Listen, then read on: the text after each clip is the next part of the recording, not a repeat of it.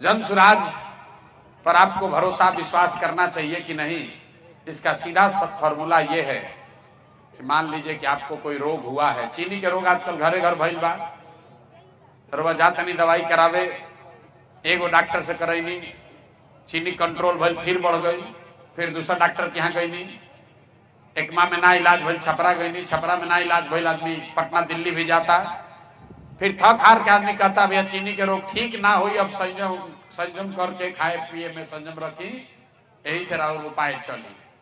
अरुआ सोच रहे बचवा अब तो हमारा चीनी के रोग हो गई, अभी सुधरी ना, चलब तनी दूगो मिठाई कमे खाई, दूगो रोटी कम खाई, चावल ना खाई तो कम से कम उम्र बढ़ जाए। तो बिहार के भी दशा हुए बा, रउआ सब तरह के दवा सब तरह के इलाज करके देख लेनी। आपने कांग्रेस का इलाज कर लिया, आपने लालू जी को देख लिया, आपने नीतीश मोदी को देख लिया, आपका दशा सुधरा नहीं। जैसे चीनी के रोग होला उससे आदमी जल्दी मरे ना, लेकिन वो अंदर अंदर घून के तरह आपका शरीर खराब कर देता है। तो बिहार का भी दशा वही है, जी रहे हैं हम लोग, थोड़ा बहुत सुधार हो जाता है, वो सड़क बन जाता है, वो ट्रेन आ गई, बिजली आ गई, इतने में आदमी कहता चलो भाई काम चल रहा बा। लालू के समय के मुकाबले कुछ स्थिति सुधरल बा, लेकिन आदमी कैसा घसीट घसीट के चल रहा बा। मान लीजिए चीनी के रोग में जियता नहीं, वही में कोई आके लड़का कहल के भैया एगो बंगलोर में डॉक्टर आयल बा, नया दवा आयल बा, अमेरिका से दवा लेके आयल बा, कहता कि दवाई हो तो चीनी के रोग ठीक हो जाए। तो का करब, चल रे बचवा ले चलो, चल तन देख लिया जाओ।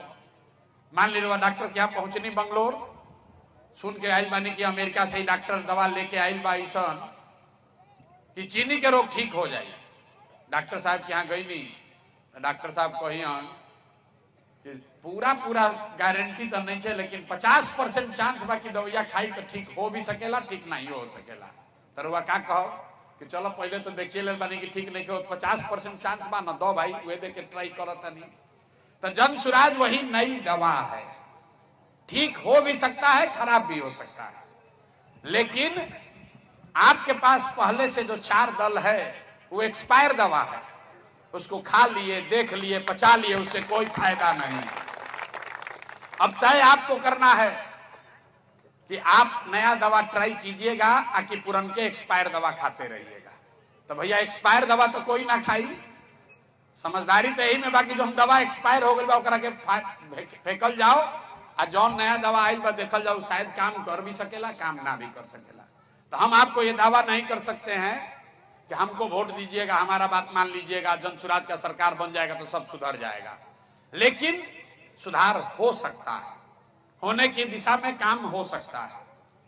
तो इसलिए किसी के बात पर भरोसा करके नहीं, लोकतंत्र में जो चीज बताई गई है कि जिस पर भी आपका भरोसा हो, जिस पर भी आपका विश्वास हो, जिसकी बात अच्छी लगे उसके साथ जुड़िए, उसको वोट दीजिए, उसका सरकार बनाइए, लेकिन ये ध्यान रखिए कि वो वोट, वो भरोसा 5 वर्ष के लिए है, जीवन भर के लिए बंधुआ मजदूरी नहीं है।